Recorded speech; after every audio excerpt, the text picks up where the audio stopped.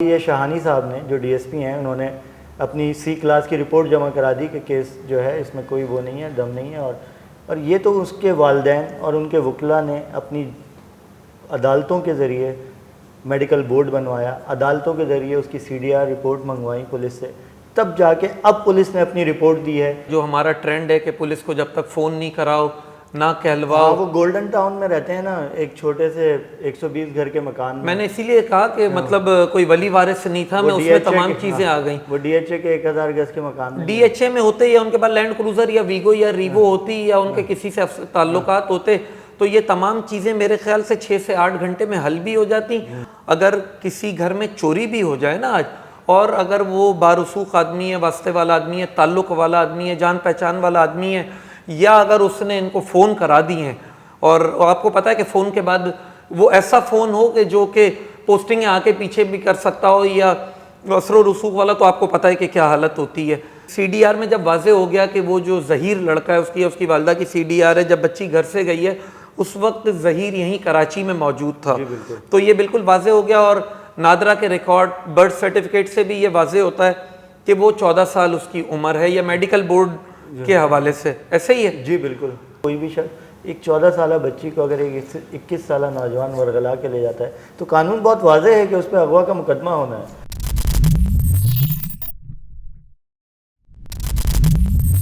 السلام علیکم حاضرین، آج ہم ایک اور ویڈیو کے ساتھ حاضر ہیں، اور اس میں ہم ایک مرتبہ پھر دعا زہرا کیس پر بات کریں گے۔ آج ہمارے ساتھ جرنلسٹ ہیں احمد افضل صاحب، جو کہ پولیس کو، ایف آئی اے کو اور اس کو بہت ایکسٹینسولی کور کرتے رہے ہیں کافی سالوں سے۔ تو ہم ان سے پوچھیں گے کہ پولیس دعا زہرا کیس میں آیا کہ دعا زہرا کی عمر کیا ہے، وہ اغوا ہوئی تھی یا نہیں ہوئی تھی، اس کا تعین تو عدالت کر رہی ہے، اور میڈیکل بورڈ کی رپورٹ سے بھی کافی چیزیں سامنے آ چکی ہیں۔ لیکن آج جو ہمارا موضوع ہے احمد صاحب وہ یہ ہے کہ پولیس نے اس معاملے میں کوئی کارکردگی نہیں دکھائی۔ پولیس نے مقدمے کا پہلے تو 3 آئی او تبدیل ہوئے، 1 آئی جی تبدیل ہوئے، مقدمے کا چالان سی کلاس کر دیا گیا، اور یہ اگر ان کے والدین اور ان کے وکلاء عدالتوں کے ذریعے میڈیکل بورڈ نہ بنواتے، 3 DRs نہ حاصل کرتے، تو میرا خیال ہے کہ یہ کیس اسی طرح ختم ہو جاتا، اور وہ اس کے والدین، اب 14 سالہ بچی کے والدین محروم ہو جاتے اپنی بچی۔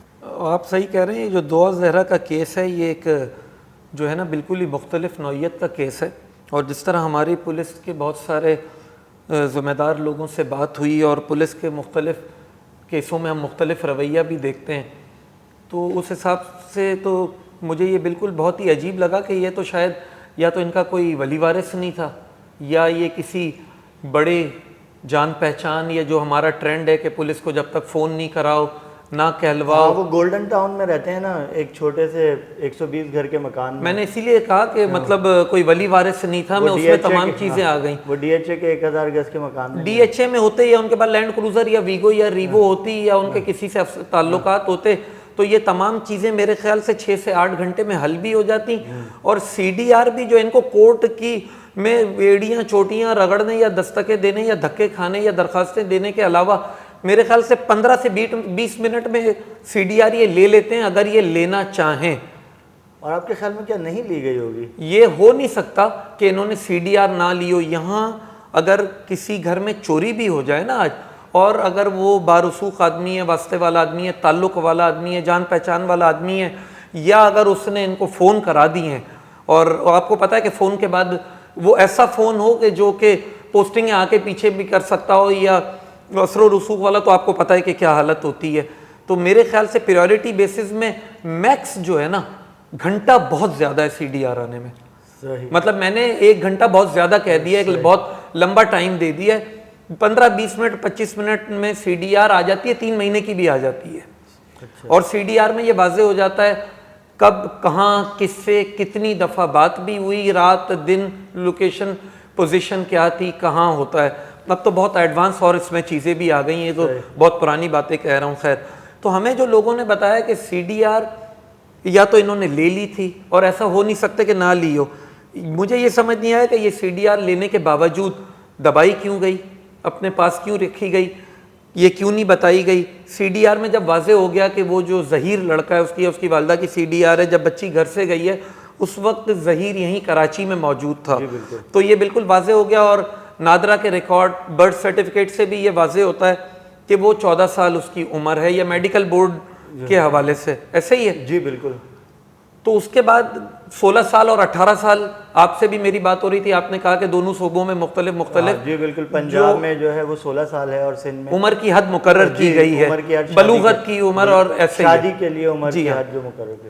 ٹھیک ہے نا. تو اس میں تو پھر یہ بالکل ہی واضح تھا کہ اس کے اوپر اغوا کا کیس بنتا، اغوا کے کیس میں اس کو گرفتار کیا جاتا، اغوا کے کیس میں اس کو جو ہے ٹرائل کیا جاتا یا اس کے خلاف قانونی کارروائی کی جاتی. بجائے اس کے کرنے کے ایک آئیو لگایا گیا، وہ پہلے 3-4 دن میں تبدیل ہو گیا.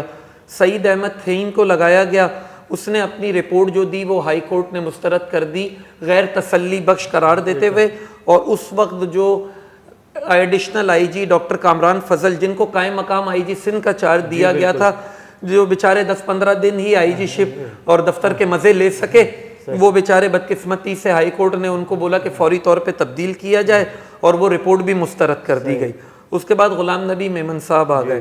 اس کے بعد دوبارہ آئی او چینج کر کے کوئی شوکت شاہانی ڈی ایس پی ہے اور اس کو لگا دیا گیا آئی او. ان کی تو شہرت ہے کہ وہ تو شوکت شاہانی صاحب جب کسی کیس میں پولیس اپنے مطلوبہ نتائج اس کی تفتیش سے حاصل کرنا اپنے مطلب کے، آپ یہ کہیں گھمانا پھرانا گول مول کرنا، یہ کہ پولیس مقابلوں کے ایک آدھ کیسز ہیں، شارع فیصل والا جو کیس ہے اس میں بھی شاید یہ رہے ہیں انویسٹیگیشن آفیسر. تو وہ ان کیسز میں جن میں پولیس کو اپنے مطلب کے مقاصد حاصل کرنے ہوتے ہیں، وہاں شوکت شاہانی صاحب کو لگایا جاتا ہے. خیر ان کو لگا دیا. اور سنا ہے کہ یہ آئی جی صاحب جو ہیں، جو ہم نے دیکھا کیا کہ میڈیا پریس سے بات کرتے ہوئے ایسا ہی ہے کہ انہوں نے آ کے یہ آن دا ریکارڈ کہا ہے نا کہ یہ کیس اب انہوں نے 1 مہینے پہلے باقاعدہ میڈیا سے بات کی اس کیس میں اب کچھ نہیں رہا اور یہ کیس ختم ہو چکا ہے. اور اس کے بعد ہی یہ شاہانی صاحب نے جو ڈی ایس پی ہیں، انہوں نے اپنی C کلاس کی رپورٹ جمع کرا دی کہ کیس جو ہے اس میں کوئی وہ نہیں ہے، دم نہیں ہے. اور یہ تو اس کے والدین اور ان کے وکلاء نے اپنی عدالتوں کے ذریعے میڈیکل بورڈ بنوایا، عدالتوں کے ذریعے اس کی CDR رپورٹ منگوائی پولیس سے، تب جا کے اب پولیس نے اپنی رپورٹ دی ہے کہ جی یہ اغوا کا مقدمہ بنتا ہے. اور اب بھی پولیس اس میں کیجول رویہ رکھ رہی ہے. اس میں جو سب سے زیادہ مجھے مسئلہ ہے وہ غلام نبی میمن صاحب سے ہے، جن کی شہرت بھی اچھی ہے، جو پولیس کو جدید بنیادوں پہ استوار، مطلب اس کی ورکنگ کو جدید اور ماڈرن ٹولز پولیس کو دینا چاہتے ہیں، انویسٹیگیشن حقائق پہ چیزوں کو کرنا چاہتے ہیں، میرٹ پہ کرنا چاہتے ہیں، پولیس میں سدھار لانا چاہتے ہیں. ہاں تو ان کا رویہ کیوں اتنا کیجول تھا اس معاملے میں؟ یہ بہت حیرت انگیز چیز ہے. اور یہ میری آپ سے پہلے بھی بات ہو رہی تھی، پولیس افسران سے بہت سی بات ہوئی، سینئر پولیس افسران سے. یہ چیز جتنا ہم غلام نبی میمن کو جانتے ہیں تو یہ چیز بالکل سمجھ سے بالا تر ہے، کیونکہ ان کی اکثر کوشش ہوتی ہے کہ چیزوں کو اسٹریٹ لے کے جایا جائے، میرٹ پہ لے کے جایا جائے، جتنا شفاف طریقے سے تحقیقات اور تفتیش ہو اور زیادہ سے زیادہ میرٹ پہ کام کیا جائے. اور یہ تو ایک ایسا کیس ہے، بالکل سیٹ کیس ہے، کھلا کیس ہے.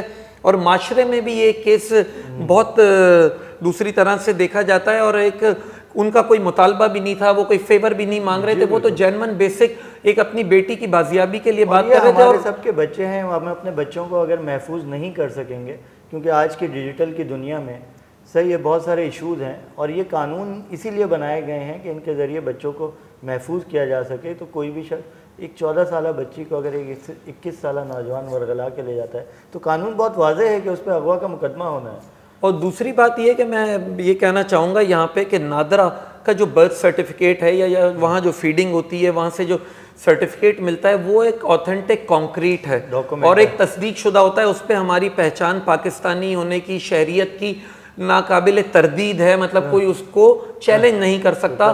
ہمارا اس پہ بینک اکاؤنٹ کھلتا ہے، ہمارا اس پہ پاسپورٹ بنتا ہے، ہمارا وہ تعلیمی سرٹیفکیٹس کے لیے وہی چیز ساری جو ہے قابل قبول ہوتی ہے. تو یا تو یہ ہوتا کہ پولیس اس سرٹیفکیٹ کو چیلنج کرتی. بالکل. کیا کیا گیا ہے؟ نہیں، پولیس نے کوئی چیلنج نہیں کیا.